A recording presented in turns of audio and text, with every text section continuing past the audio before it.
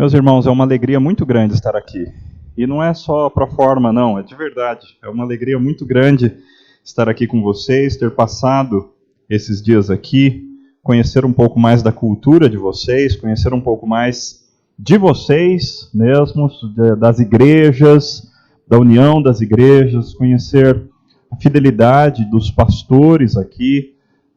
Reverendo Marcos, eu de vez em quando vou te ligar quando eu precisar de umas dicas de ministério pastoral, viu? Eu vi muita sabedoria da tua parte, como ministro do Senhor. Deus seja louvado pela tua vida.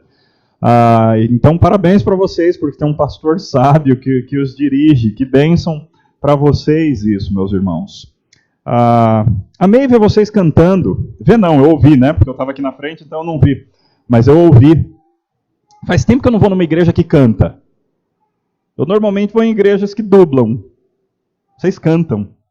E Deus seja louvado por isso. Nosso Deus precisa ser louvado assim mesmo. Então, que gostoso ouvir a igreja cantando forte, empolgada, animada. Deus seja louvado também por isso. De forma que tem sido uma bênção para mim, tem sido dias muito gostosos de aprender com vocês. Eu trago saudação da igreja, do Jumper, do JMC, e é uma bênção estar aqui. Embora também já estou com bastante saudade de casa, então vai ser bom voltar para minha esposa e para os meus filhos amanhã.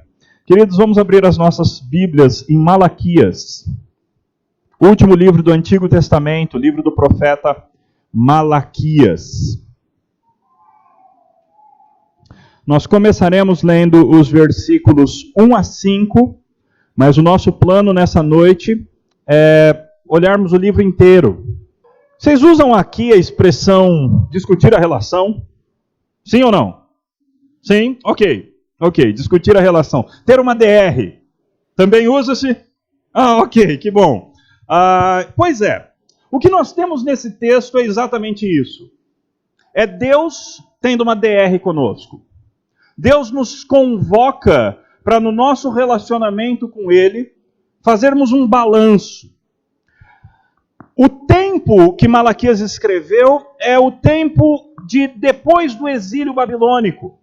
Na verdade, lembrem-se, aqueles de vocês que estavam ontem à noite lá no congresso, lembrem-se da exposição do reverendo Donizete, e vocês vão se lembrar do contexto que Malaquias está escrevendo. O povo já tinha voltado do exílio, o povo tinha provavelmente reconstruído já os muros, já tinha passado Neemias, o povo já tinha reconstruído o templo, já tinha passado então Ageu, e agora estava num novo momento do relacionamento de Deus com o povo. O templo estava construído, a cidade estava reconstruída, o culto já havia sido restabelecido, e como acontece conosco, o povo havia começado a se afastar do Senhor.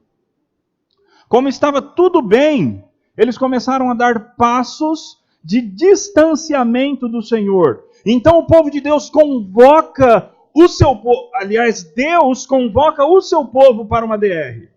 Deus convoca o seu povo para discutir a relação com o seu povo. E o que nós vamos encontrar nesse texto é Deus como que penetrando no coração do povo, extraindo do coração do povo aquelas coisas que eles não falavam audivelmente, mas sentiam, e Deus então os confronta com base nisso. Então nós teremos nesse texto 6 perguntas que o povo tinha no seu coração com relação a Deus. Eles não tinham coragem normalmente de expressar essas coisas, mas Deus sabe. O nosso relacionamento com Deus não é, o que mais importa do nosso relacionamento com Deus, não é o externo, não é aquilo que se vê, não é aquilo que a gente mostra para as pessoas, mas o que mais importa do nosso relacionamento com Deus é aquilo que está dentro do nosso coração. E Deus tem acesso a essas coisas.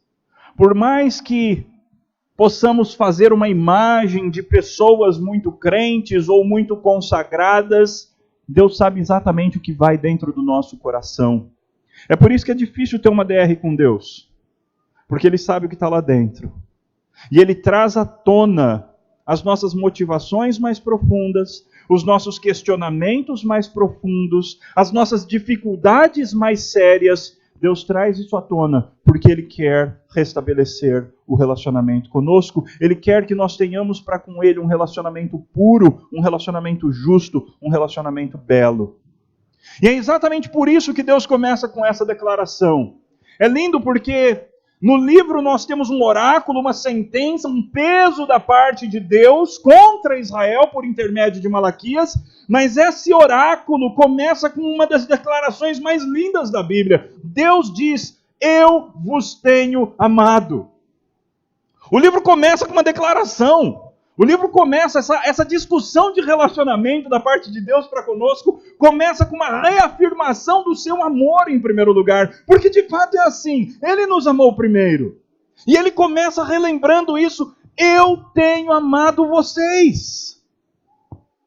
Mas a pergunta que estava no coração do povo, e que eles provavelmente não traziam isso diante de Deus de maneira pública, mas Deus conhece o coração. A pergunta que estava era a seguinte: em que nos tens amado? O Senhor está falando aí que nos ama, mas eu não vejo. Eu não vejo todo esse amor que o Senhor está declarando. E talvez alguns de vocês tenham esse tipo de questionamento. Qual é a resposta de Deus para essa primeira dúvida do povo, para esse primeiro questionamento do povo com relação a Deus e ao caráter de Deus? Em que o Senhor nos tem amado? A resposta de Deus tem a ver com a eleição. Então Deus lhes diz: não foi Esaú irmão de Jacó? Lembra da história de Esaú e de Jacó? Lembra da história dos dois filhos de Isaac, os dois irmãos gêmeos, gerados ao mesmo tempo, nascidos no mesmo dia? Porém Deus diz: eu amei a Jacó e eu odiei a Esaú. E eu tenho provado isso na história. Eu tenho amado de vocês, e a prova disso é que eu tenho sustentado vocês ao longo da história.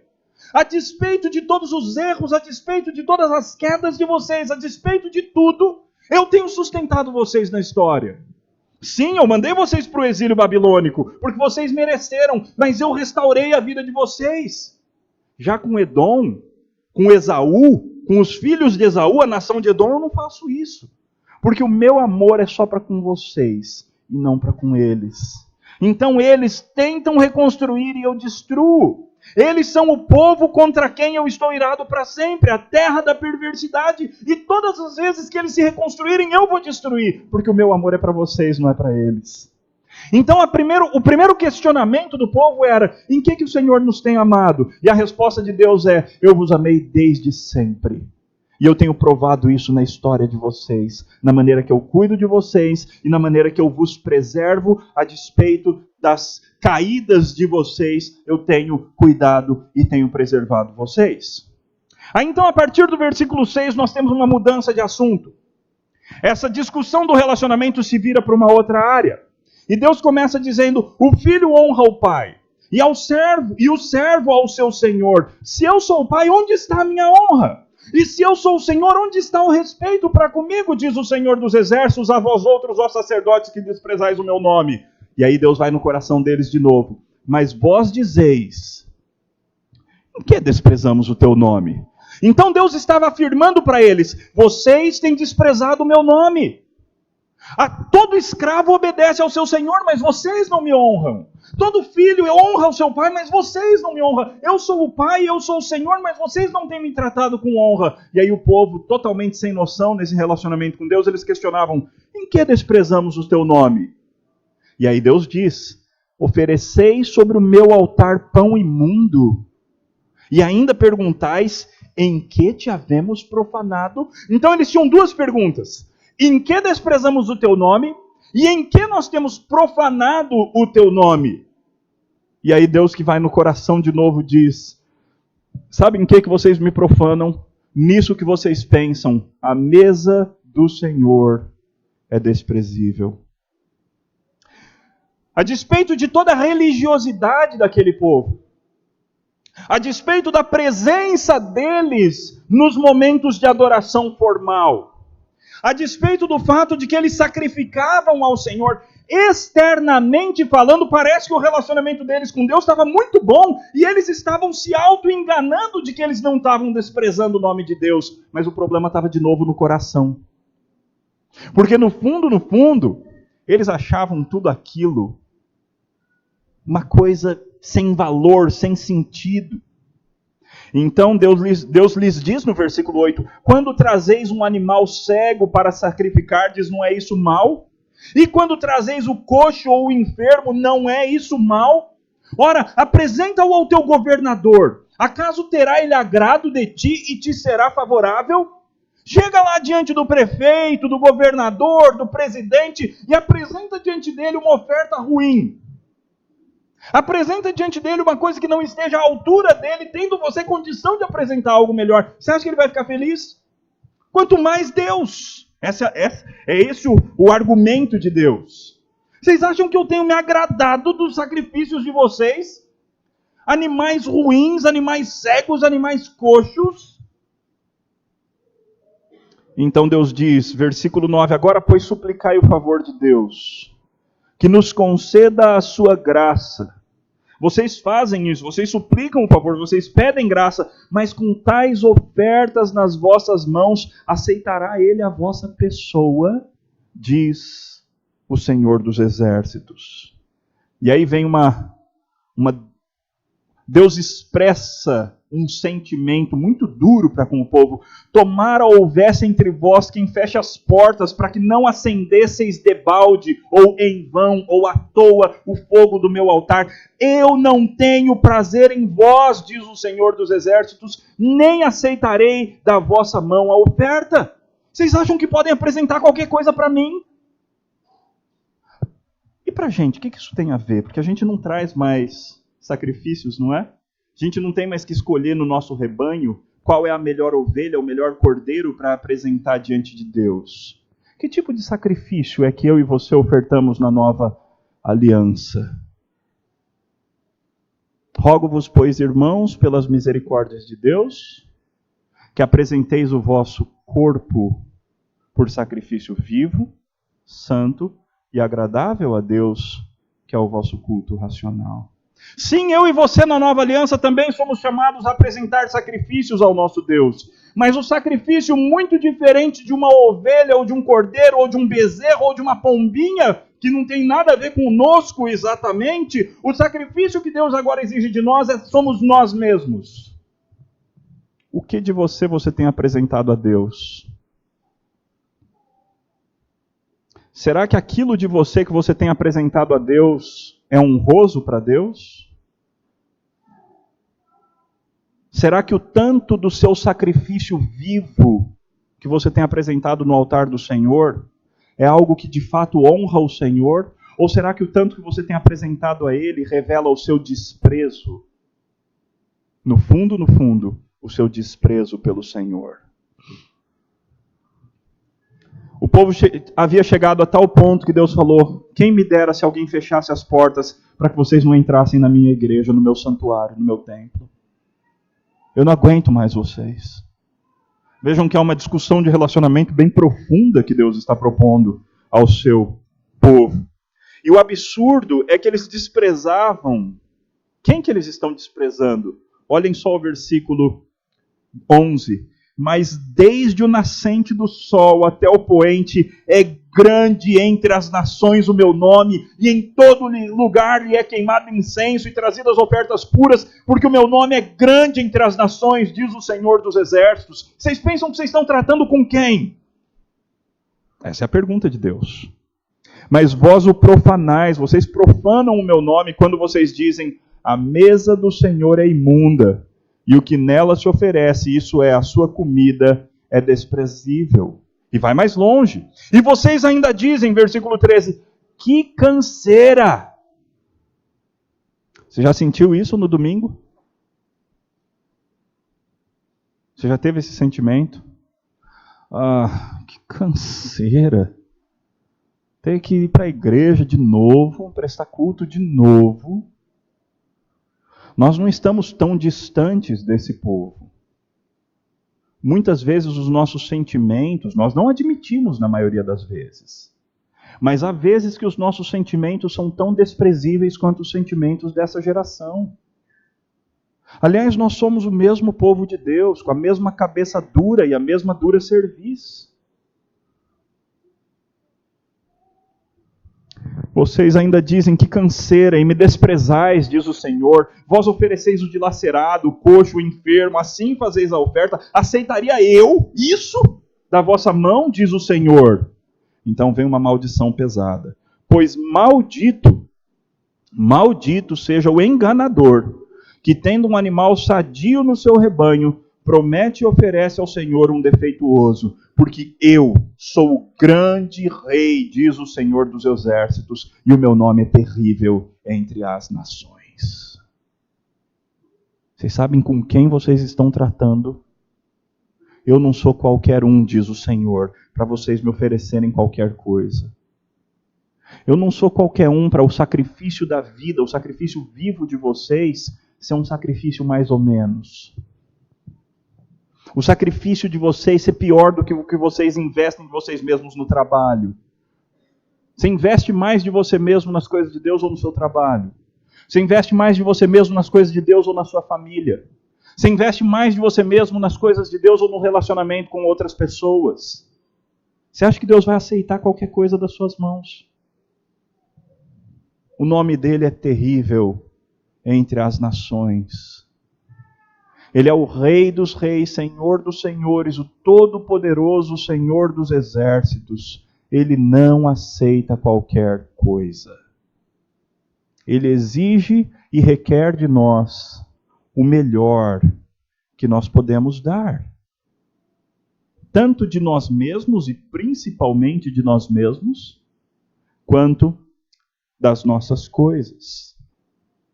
Então a primeira coisa que Deus levanta era esse sentimento que eles tinham no coração de questionar o amor de Deus. A segunda coisa que Deus levanta era esse sentimento que eles tinham no coração de, no fundo, desprezar o culto de Deus e, consequentemente, desprezar o próprio Deus. No capítulo 2 nós ainda temos o mesmo assunto, mas agora Deus se volta mais particularmente para os sacerdotes. E Deus diz assim: agora, ó sacerdotes, para vós outros é esse mandamento.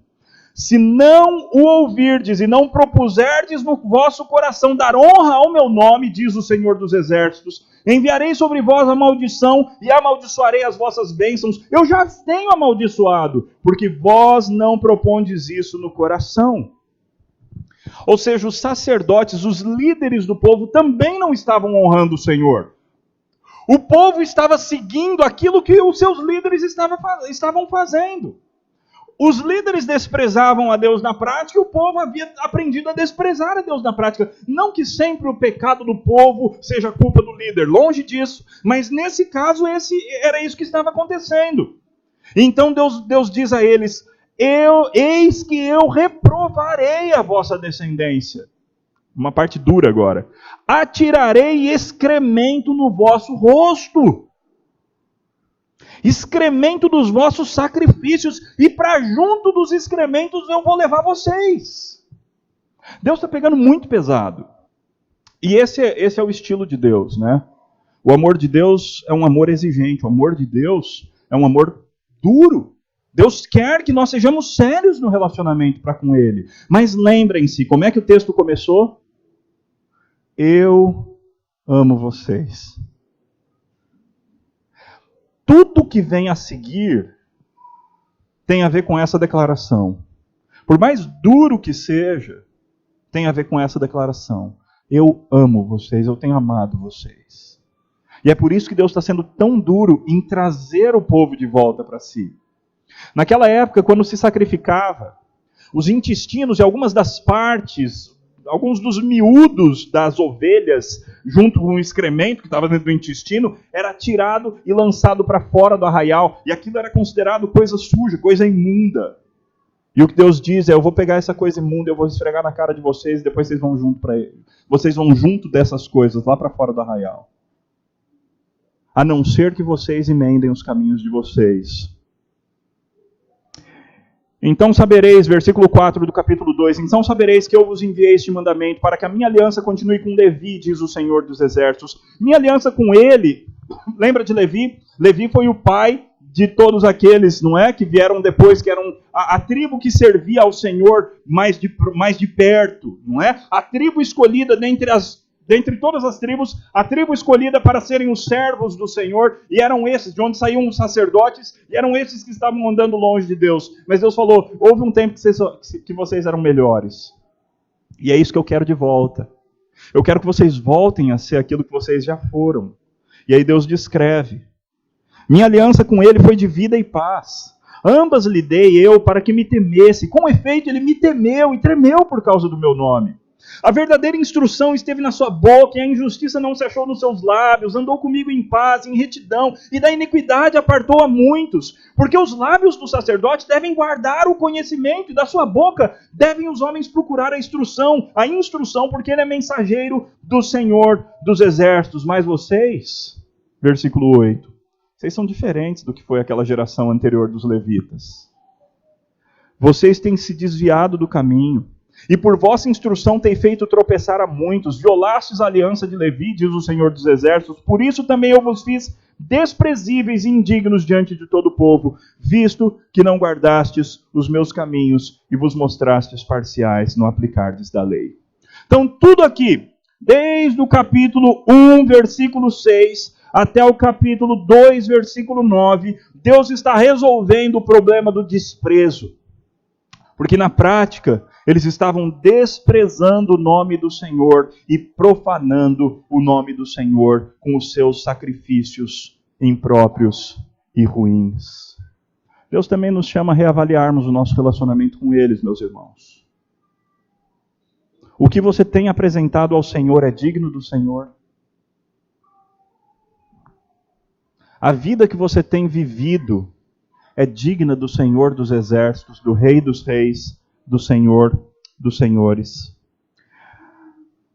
Aí então no capítulo 2, versículo 10, nós temos Deus começando a tratar de uma terceira área. E agora Deus começa do mesmo jeito. Ele primeiro fala algumas coisas, depois ele levanta a pergunta que estava no coração do povo e depois ele responde, ok? Não temos nós todos o mesmo Pai? Não nos criou o mesmo Deus? Por que seremos desleais uns para com os outros, profanando a aliança dos nossos pais? Isso é Deus questionando, fazendo perguntas, num certo sentido, perguntas retóricas, perguntas que iriam revelar o que estava no coração do povo. E aí agora Deus afirma, Judá tem sido desleal. E abominação é um dos níveis mais graves de pecado. Aliás, vocês já ouviram provavelmente, não existe pecadinho e pecadão, né? Num certo sentido, pecadinho não existe mesmo. Não existe pecadinho. Mas existem pecados e pecados mais graves. A Bíblia é muito clara nisso. Existe gradação de pecados. Sim, isso certamente existe. E a abominação é quando um pecado é muito grave. Muito grave. E Deus está falando, vocês cometeram uma abominação em Israel e em Jerusalém, porque Judá profanou o santuário do Senhor, o qual ele ama. E qual era o problema? Agora ele vai falar. E se casou com a adoradora de Deus estranho. Qual é o pecado então aqui? Casamento misto. Casamento misto. Deus fala, vocês estão profanando o meu santuário, porque vocês se casaram com pessoas que não eram da aliança. E aí Deus completa. O Senhor eliminará das tendas de Jacó o homem que fizer tal, seja quem for, e o que apresenta ofertas ao Senhor dos exércitos. Esse era um problema muito comum dessa geração que voltou da Babilônia. Tanto que nós encontramos tanto Esdras quanto Neemias tendo que lidar com essa situação, e um dos dois até fala que uma hora ele pegou nos cabelos daqueles que estavam fazendo isso e arrancou os cabelos daqueles que estavam fazendo isso, porque isso é um pecado grave, diante do Senhor. E aí Deus continua, e vocês ainda fazem isso. Versículo 13. Cobris o altar do Senhor de lágrimas, de choro, de gemidos, de sorte que ele já não olha para a oferta de vocês, nem a aceita com prazer da vossa mão. Aí finalmente vem a pergunta. E vós perguntais, por quê? Por que Deus não está aceitando as minhas ofertas? Por que Deus não está aceitando o meu culto? Por que Deus não está ouvindo as minhas orações? Por que Deus não está me recebendo de braços abertos no meu relacionamento para com Ele? Então Deus responde, porque o Senhor foi testemunha da aliança entre ti e a mulher da tua mocidade, com a qual tu foste desleal, sendo ela tua companheira e a mulher da tua aliança. Então, o segundo problema que estava havendo nessa área do relacionamento matrimonial, além de haver alguns que estavam fazendo casamentos mistos, casando com pessoas que não eram do povo da aliança, outros estavam simplesmente se divorciando das suas esposas.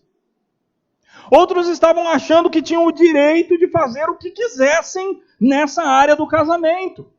Havia adultério, havia divórcio, e Deus fala, eu não quero mais saber de vocês, nem das ofertas de vocês. Por quê? Porque vocês não têm sido fiéis no casamento de vocês. E esse é um dos textos da palavra, portanto, que nos deixa muito claro que a nossa vida é um todo diante do Senhor. Não adianta a gente tentar estar com o nosso relacionamento tudo certinho para com Deus, se os nossos outros relacionamentos estão infiéis. Ou se nós somos infiéis nos outros relacionamentos. Deus não aceita o nosso culto se nós não somos bons maridos. Deus não aceita o nosso culto se nós não somos boas esposas. Deus não aceita o nosso culto se nós não somos bons filhos. Porque todas essas coisas têm a ver com o nosso relacionamento com Deus. Todas essas coisas são áreas do nosso relacionamento com o Senhor, em primeiro lugar. E aí Deus diz no versículo 15, não fez o Senhor mesmo que havendo nele um pouco de espírito, a ideia é, não foi Deus quem dos dois fez uma só carne? E por que somente um? Por que Deus juntou o povo da aliança? Ele buscava a descendência que prometera. Aquela descendência que ia encher a terra e dominar a terra, e que todos os povos da terra seriam abençoados por eles, era isso que Deus estava buscando. Portanto, lindo argumento, o mesmo argumento que Paulo usa em Efésios 5 e 6. Portanto, aliás, Efésios 5, cuidai de vós mesmos. Como? E ninguém seja infiel para com a mulher da sua mocidade. Eu acho muito legal esse argumento da Bíblia, que tanto Malaquias quanto Paulo usam. Homem, cuide de você mesmo. Como? Cuidando da sua esposa. Cuidar da esposa é cuidar de si mesmo. Cuidar da esposa é cuidar do próprio relacionamento com Deus. Ser um bom marido, um marido fiel, um marido que ajuda nas coisas de casa, inclusive, ser um bom homem é cuidar de si mesmo e do próprio relacionamento para com Deus. Porque o Senhor Deus de Israel, versículo 16, diz que odeia o repúdio, o divórcio, mesma coisa, ok? O repúdio é um outro nome para divórcio. O Senhor Deus de Israel diz que odeia o repúdio. E também aquele que cobre de violência as suas vestes. O que acabou de acontecer nesse versículo? Deus acabou de colocar divórcio e violência dentro do casamento no mesmo nível. Se você, homem, ou se você, mulher, usa de violência dentro do seu casamento, você está pecando muito gravemente contra o Senhor. E não pensemos que isso não acontece no nosso meio.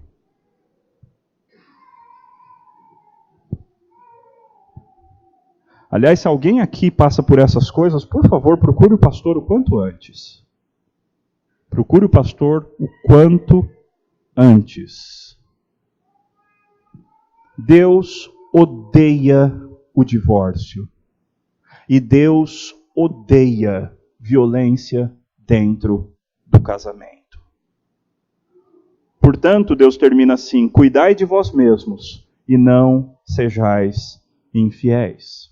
A quarta área de relacionamento que Deus vai tratar com o povo está nos versículos 17 até o capítulo 3, versículo 5. Diz assim: vocês estão enfadando, cansando, enfadais o Senhor com vossas palavras e ainda dizeis, em que o enfadamos? Então as palavras dele estavam sendo uma canseira para Deus.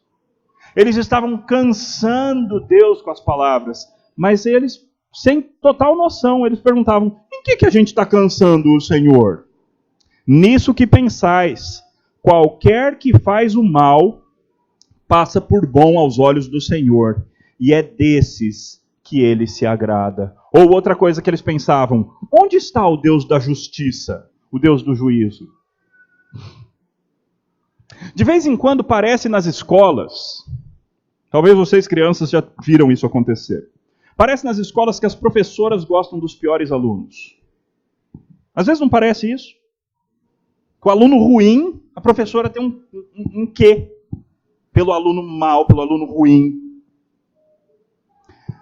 O que estava acontecendo é que o povo estava acusando Deus de ser desse jeito. O Senhor gosta mesmo de quem não presta. O Senhor gosta mesmo de quem faz o mal. E esse tipo de pensamento ou de fala, Deus estava muito bravo por eles pensarem desse jeito com relação ao Senhor. E a resposta de Deus para eles, e aqui a gente começa a entrar numa profecia no sentido de apontar para o futuro, qual vai ser a resposta de Deus com relação a isso? Eis que eu vos envio o meu mensageiro, que preparará o caminho diante de mim. De repente virá ao seu templo o Senhor a quem vós buscais, o anjo da aliança a quem vós desejais, e eis que ele vem, diz o Senhor dos exércitos. Mas quem poderá suportar o dia da sua vinda? Quem poderá subsistir quando ele aparecer? Porque ele é como o fogo do ourives, como a potássia dos lavandeiros. Assentar-se-á como derretedor e purificador de prata. Purificará os filhos de Levi e os refinará como ouro e como prata. Eles trarão ao Senhor ofertas justas. Qual é a resposta de Deus então para isso? Vocês acham que eu gosto de quem faz o mal? Não. A minha resposta é: eu vou mandar João Batista. E depois de João Batista eu vou mandar Jesus Cristo. E Jesus Cristo, quando vier, vai separar quem faz o bem e quem faz o mal. E aí eu vou deixar claro para vocês de quem que eu gosto. Esse é o argumento. Esse é o argumento. É um argumento escatológico, um argumento que aponta para o futuro, aponta para o final dos tempos. Tanto para a primeira vinda do nosso Senhor Jesus Cristo. Lembrem-se, meus irmãos, na primeira vinda do Senhor Jesus Cristo, tanto João Batista quanto Cristo chamaram o povo judeu ao arrependimento. E aqueles que se arrependeram, muitos deles foram preservados. Mas aqueles que não se arrependeram foram violentamente destruídos no ano 70 depois de Cristo. Porque Deus não gosta de quem faz o mal. Deus busca adoradores que lutam para fazer o bem. Eu não estou dizendo que Deus exige pessoas perfeitas. Bem, Ele até exige, sede perfeitos como perfeito é o vosso Pai, ou sede santos como o Senhor é santo. Mas não quer dizer que se você peca uma vez, Deus vai te destruir totalmente. O que quer dizer é que Deus quer pessoas que lutem por santidade. Deus quer crentes que sejam sérios no seu relacionamento para com Deus. Pessoas que buscam santidade, que quando caem se arrependem, choram pelos seus pecados e voltam a lutar por uma vida santa diante do Senhor.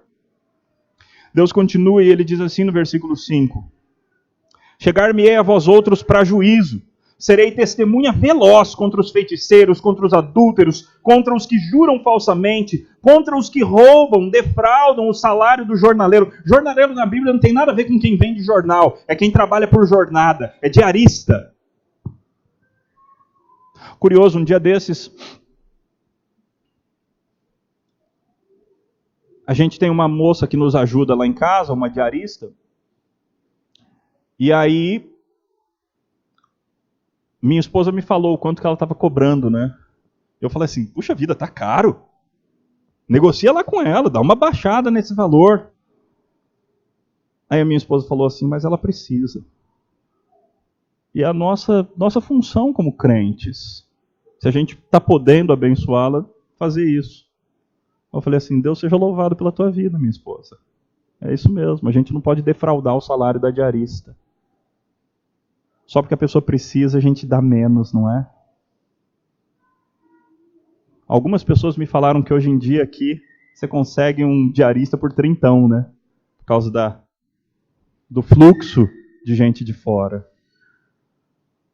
Usar isso é pecado contra o Senhor. Não pagar o salário justo do diarista é um pecado contra o Senhor.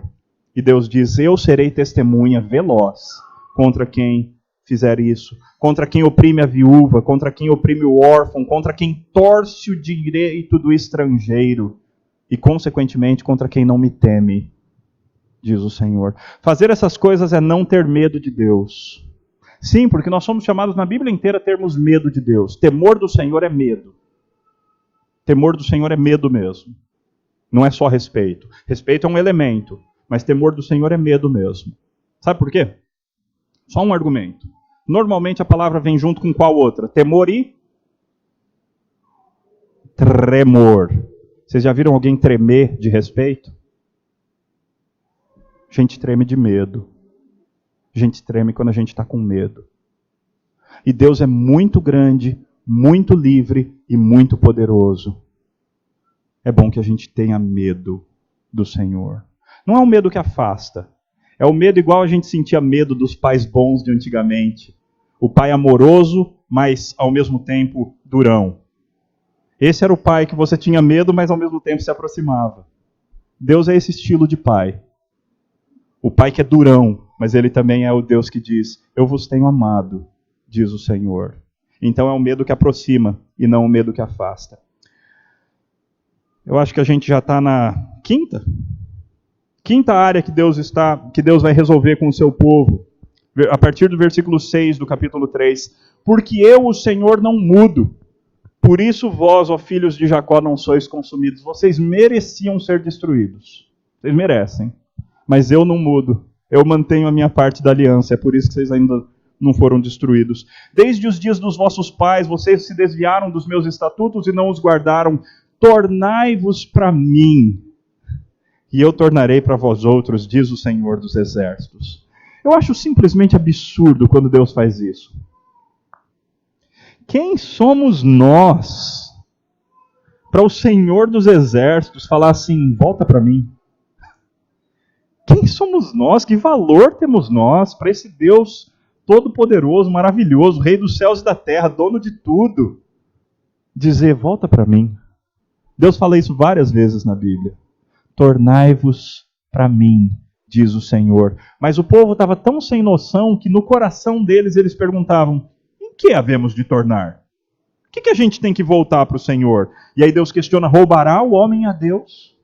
Todavia vós me roubais e dizeis, em que te roubamos? Eles estavam totalmente sem noção nesse relacionamento. Eles estavam pecando, e estavam achando que estavam abafando, estavam abalando, estavam fazendo tudo certo. Deus fala, não, além de tudo vocês estão me roubando e não têm nem noção disso. E aí eles perguntam, em que te roubamos? E a resposta é, nos dízimos e nas ofertas.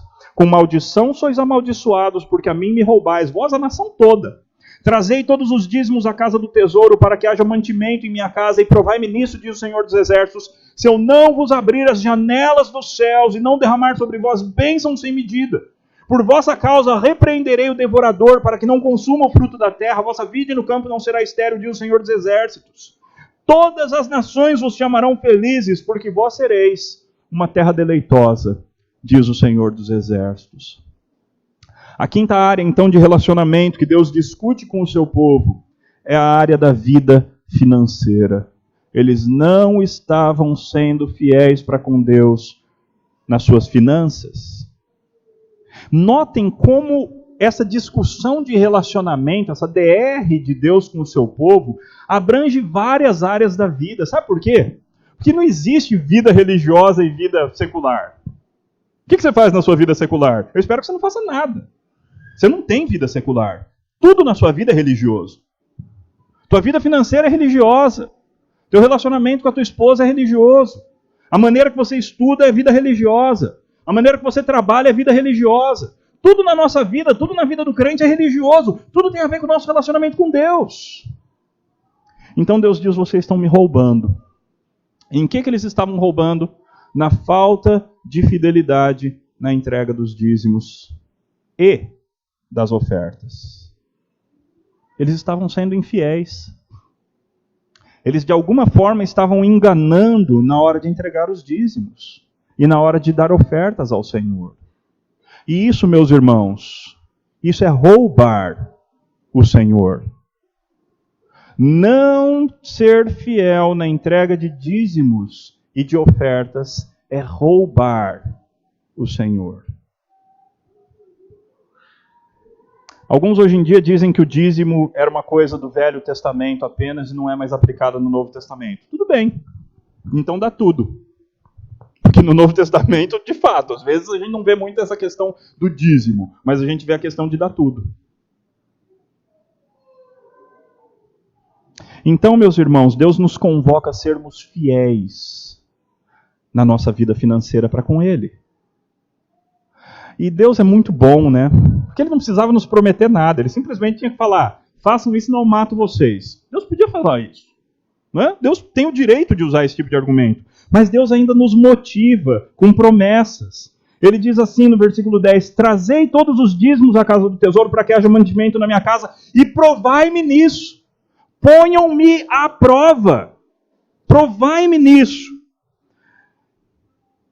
Diz o Senhor dos Exércitos, se eu não vos abrir as janelas do céu e não derramar sobre vós bênçãos sem medida. Eu gosto dessa imagem da janela do céu.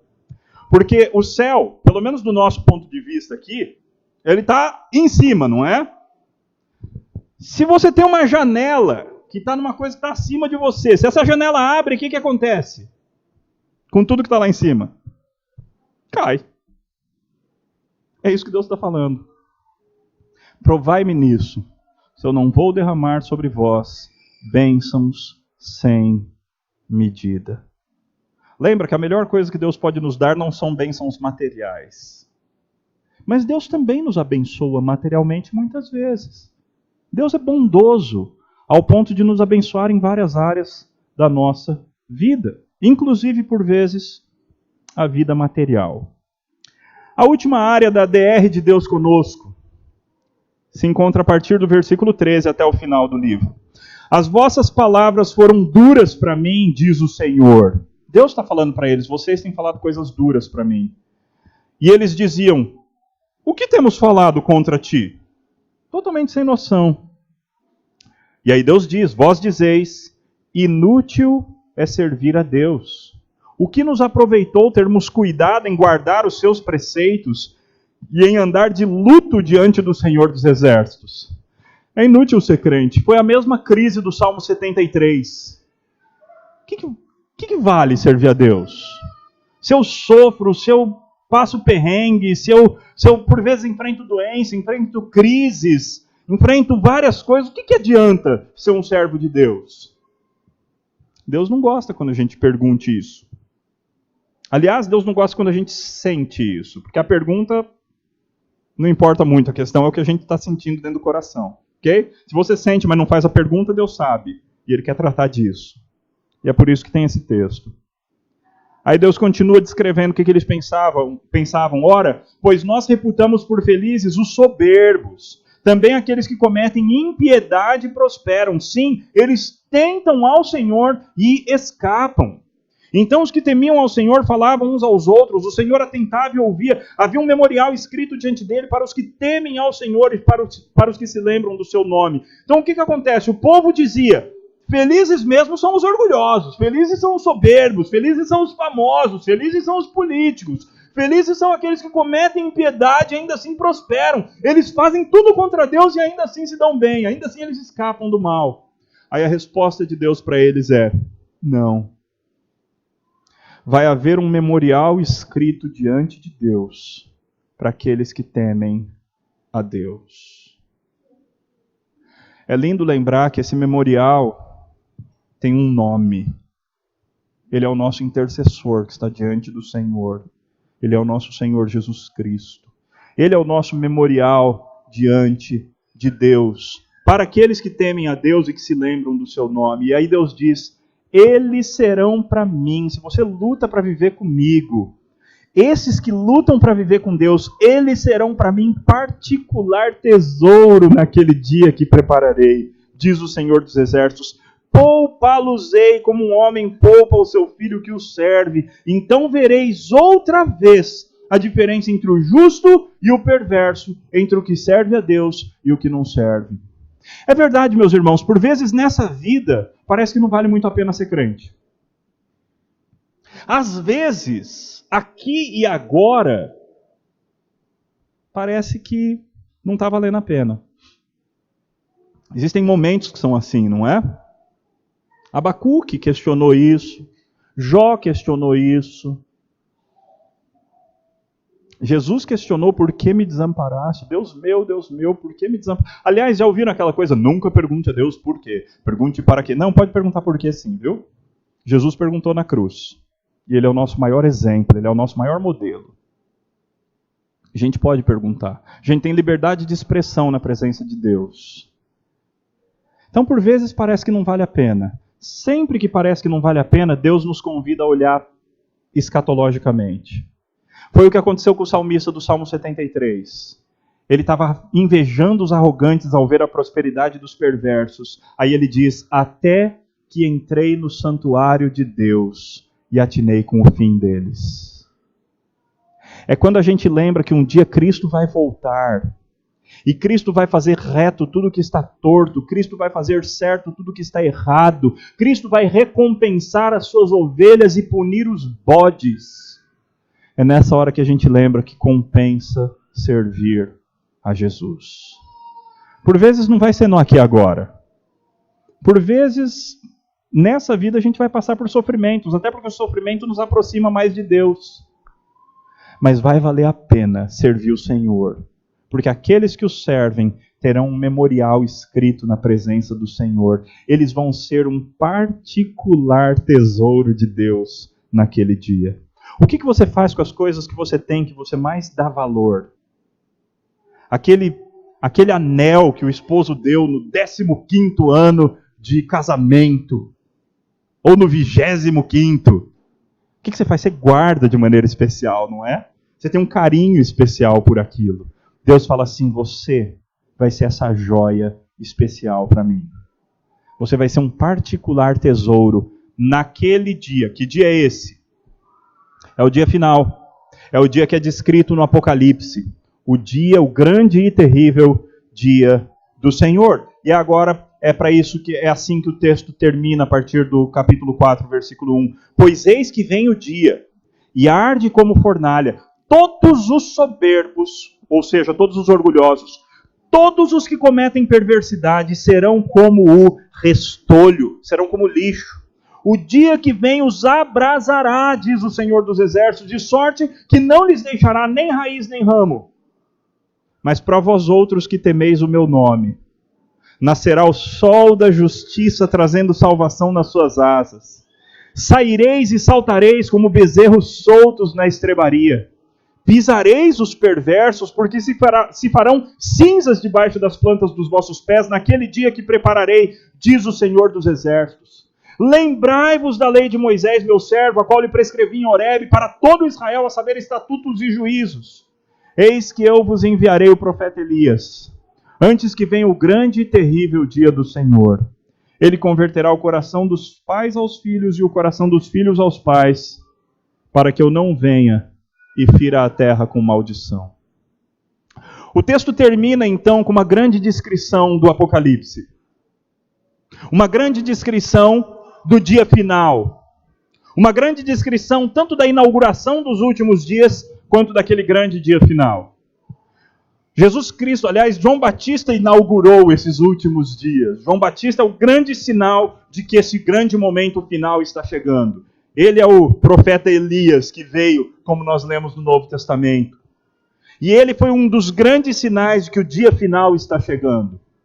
E de fato, como eu disse há pouco, muitos em Israel foram destruídos, meus irmãos.